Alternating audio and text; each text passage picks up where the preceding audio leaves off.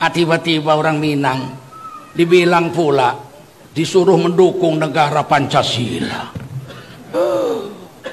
Gondolmu. Nggak ada negara Pancasila. Di mana negara Pancasila? Nggak ada. Ini NKRI, Negara Kesatuan Republik, bukan negara Pancasila ini. Dan Pancasila tidak lahir 1 Juni. Kami Majelis Ulama Indonesia menolak Pancasila yang lahir 1 Juni. Karena 1 Juni itu kebangsaan nomor 1, ketuhanan nomor 5. Yang kita terima adalah Pancasila yang lahir 18 Agustus 1945. Bukan 1 Juni. Ini penyelewengan sejarah. Tiba-tiba Pancasila mau diperas jadi Trisila. Ketuhanannya ketuhanan yang berkebudayaan. Mau kalian? Itu baru mau dibuat undang-undangnya. HIP, haluan ideologi Pancasila. Baru mau dibuat. Untuk apa dibuat? Untuk menangkap ulama-ulama yang keberatan kalau dibuat ketuhanan berkebudayaan. Belum bisa ditangkap, belum ada undang-undang. Mereka sudah buat 6 tahun ini. Ketuhanan berkebudayaan itu sudah dibuatnya 6 tahun ini. Kita nggak mau, karena ketuhanan itu mesti berdasarkan syariat, Quran dan Sun. Mana ada ketuhanan pakai budaya? Ketuhanan itu wahyu, budaya pemikiran orang. Bagaimana bisa ketuhanan dengan wahyu dijadikan satu? Nggak bisa. Mereka buat 3 tahun yang lalu kurang lebih diadakan Isra dan Mi'raj di Istana Negara. Dipanggil pembaca Qurannya orang Medan, juara MTQ internasional. Bapaknya kawan saya. Diumumkan pembacaan ayat suci Al-Quran pada malam hari ini akan dibacakan oleh si Fulan bin Fulan, dosen Universitas Islam Negeri Yogyakarta, dengan membacakan surah Al-Isra ayat 1 sampai sekian dan surah An-Najm ayat 1 sampai sekian dengan membawakan langgam lagu Nusantara. Apa ini? Baca Quran Nusantara. Teringat aku Kus Plus. Kus Plus banyak Nusantaranya itu. Di Nusantara yang indah, rumahku ting ting ting ting, engkau harus tahu. Bak tak ting. Wah, ini Nusantara nih. Tiba-tiba keluar pakai baju jas hitam. Lah, mana ada Nusantara pakai jas? Gak ada orang Melayu, Minang, Teluk Blango, ya enggak? Orang Aceh, Maketup. Orang Jawa pakai belangkon, pakai basecap, pakai sarung. Orang Papua pakai koteka. Mana ada orang Nusantara pakai jas? Nggak ada. Tiba-tiba baca Qur'annya rupanya yang lagu Jawa. Subhanalladzi asra bi 'abdihi lailam minal masjidil haram. Kalau aku ada itu kucabut kumisnya, betul. Menghina sekali dia dengan agama kita, betul nggak? Jadi bilang Allah, inna anzalnahu Qur'anan Arabiyya la'allakum ta'qilun. Sesungguhnya kami turunkan Quran ini pakai bahasa Arab agar kau pakai akalmu ini. Orang Quran bahasa Arab kok lagunya lagu Jawa. Sunan Kalijogo orang Jawa asli, Wali Songo, nggak ngajarkan baca Quran lagu Jawa di tanah Jawa dia. Sedangkan lagu Arab aja kalau Romal nggak boleh dipakai. Tola'al badru alaina. Itu kan sudah waktu Nabi datang udah dinyanyiin itu 1442 tahun yang lalu. Nggak boleh lagu Arab seperti itu dipakai baca Quran. Wadduha walaili idza saja. Nggak boleh itu.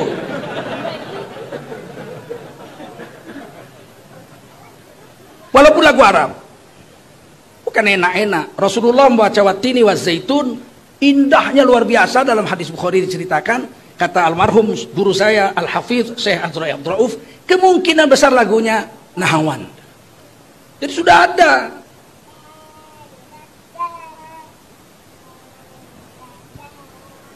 Tentu kita tolak, kita protes, banyak ulama menolak. Tapi ada juga yang membela, itu sialnya itu.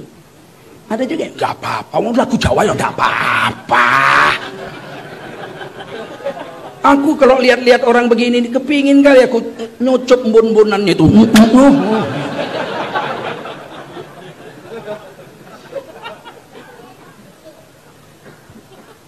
Kita protes seluruh Indonesia, Dia nggak jadi buat musabaqah tilawatil Quran tingkat nasional pertama dengan lagu-lagu Nusantara, dibatalkan. Sudah diumumkan di Manado penutupan seleksi tilawatil Quran oleh Menteri Agama Lukman Hakim Saifuddin. Karena derasnya protes, nggak jadi. Tapi kita yang protes nggak bisa ditangkap, nggak ada undang-undang. Ini mau dibikinkan rancangan undang-undang HIP. Siapa menolak ketuhanan berkebudayaan, kalau itu dia jadi undang-undang, ditangkap. Yang nolak ditangkap karena melanggar undang-undang. Paham, Glenn? Maka MUI seluruh Indonesia menolak. Tanda tangan 34 provinsi. NU nolak, Muhammadiyah nolak, Al-Matlaul Anwar nolak, semua nolak. Al-Wasliyah segala macam Matlaul Anwar semua nolak. Karena ini bahaya ini. Sedangkan kebudayaan aja kalau nggak cocok dengan ragam budayanya ditolak orang. Nyanyi aja lah.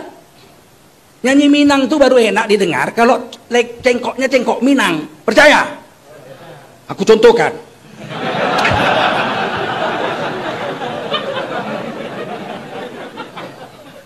Hujan, jikalau hujan hati dan ibu takkan masuk kisah nan lamu masuk sapayuang kita badu. Bisa nangis orang enak, betul? Karena lagu Minang pakai cara Minang, lengkoknya lengkok Minang. Coba lagu hujan pakai logat Batak. Hujan, kau nggak dilempar batu kau.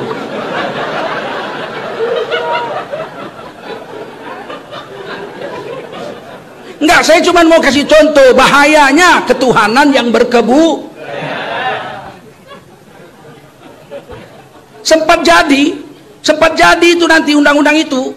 Tak terbayangkan saya datang kita sholat Jumat, imamnya pakai baju petro, sarung nggak pakai baju, pakai sanggul petro tuh. Dibacanya lagu Jawa.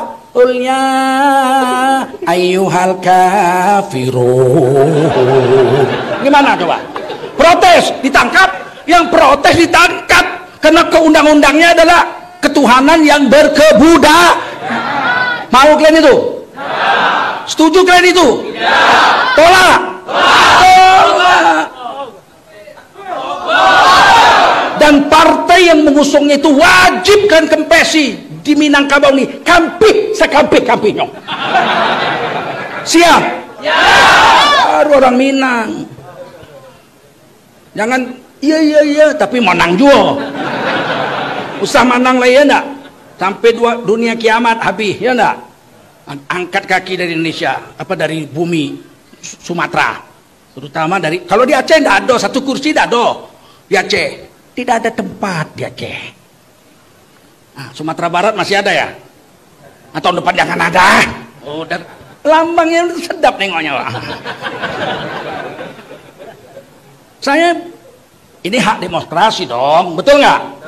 Suka atau tidak dengan satu partai itu hak demokrasi kita, betul nggak? Saya itu hak demokrasi saya. Saya satu aja, jangan ganggu agama saya. Soal Indonesia bangkrut ada yang urus ahli ekonomi, betul? Hah? Soal utang nggak bisa bayar ada yang urus. Soal urusan utang. Tapi agama dirusak, kami yang urus, betul? Gitu. PKI benci dengan agama dulu, tapi dia nggak ikut merusak. Dia cuma benci sama agama. Agama racun kehidupan, candu kehidupan, dia benci. Tapi dia nggak rusak. Ini dia mau rusak. Dia mau bikin undang-undang ketuhanan yang berkebu. Dia mau rusak agama saya. Saya tidak terima. Teguh Zulkarnain kok nyinyir ribut kali. Ceramah adem, kenapa? Keadaan sudah seperti ini, agama udah dibikin begini, mau dibikin adem. Masuk kulkas kau biar adem. Sama otak-otakmu beku dibikinnya. Udah begini rusak agama. Menteri Agama berani bilang terorisme, radikalisme itu datangnya dari masjid. Dibawa oleh imam-imam yang hafiz Quran, yang good looking, atau good looking, ganteng kayak Ustadz Fatullah. Ada juga God looking. Ya sekarang God looking. Aku ya, seluruh dunia Bangsa apapun mengakui kalau orang jahat itu pasti wajahnya tidak good looking. Film India misal, banditnya Tuan Takur. Betul nggak? Film koboi, banditnya itu pasti nampak bandit itu. Tengik kali gayanya itu. Kalau good looking kayak kami ini tidak mungkin jadi bandit, ya nggak? Tiba-tiba dibilang yang bawa radikalisme orang-orang penghafal Quran macam anak kita ini. Oh, kalau jumpa memang kepingin cabut kumisnya lah. Mana bisa begitu dibiarkan, betul? Itu kalau kita nggak bersatu. Saya khawatir kami mati nanti, cucu-cucu kami ini rusak. Cucu-cucu kita ini udah nggak kenal agama nanti. Percayalah, ini kemauan mereka. Sebab 2024 mereka tidak mau lagi ada orang-orang Islam yang duduk memegang kekuasaan di negeri ini.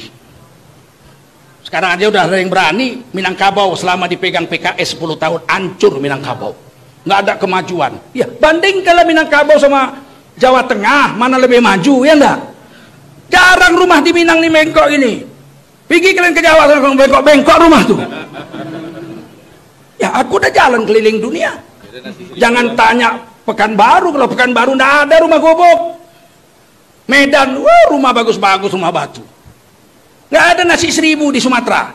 1000 tusuk gigi dia dapat. Kita nggak peduli pula dengan itu, tapi janganlah dianggap Islam itu membuat kerusakan. Paham? Jadi kalau dibilang semuanya harus Pancasila, sampai ketua BPIP berani mengatakan kalau mau jujur musuh terbesar Pancasila adalah agama. Dalam hal ini agama Islam. Berarti agama Islam dianggap musuh Pancasila. Kan bahaya itu. Sampai sekarang nggak minta maaf dan orangnya nggak dipecat. Anggota KPAI anak, dia cuma ngomong kalau laki-laki dewasa sama perempuan dewasa berenang di kolam renang sama-sama bisa hamil, dipecat. Mengatakan Pancasila itu musuhnya adalah agama Islam, sampai sekarang nggak dipecat. Malah masih digaji 70 juta sebulan. Minta maaf juga enggak. Coba kalau kita terima kata-kata dia itu, Pancasila dengan agama musuh, pilih mana? Pilih agama buang Pancasila? Atau pilih Pancasila buang agama? Kan dua-dua nggak bisa musuh. Kan bahaya ini. Padahal Pancasila itu diambil dari Al-Quran semuanya, dan yang menggarapnya adalah para ulama ikut di situ. Jangan terulang dua kali. Ketika Bung Karno Orde Lama berkuasa, hampir semua kawan-kawan seperjuangan di penjara. Sultan Syahrir di penjara, Muhammad Rum, ahli negosiasi sidang dengan Belanda, konferensi media bundar di penjara. Buya Hamka di penjara, sampai minum kencing Buya Hamka di penjara. Saya tahu karena yang mengazankan saya ini adik sepupuan Buya Hamka, Buya Bakhtiar. Tinggal sama bapak saya 3 tahun di rumah saya di Medan. Jangan terulang lagi nih. Kalian siap bela agama? Siap nggak? Siap kalian jaga para ulama? Begitu. Kalau saya, kau bisa diam nggak? Bisa saya diam. Jangan ganggu agama saya diam. Yang kedua, kau tembak kepala aku, besok aku diam, nggak ngomong lagi.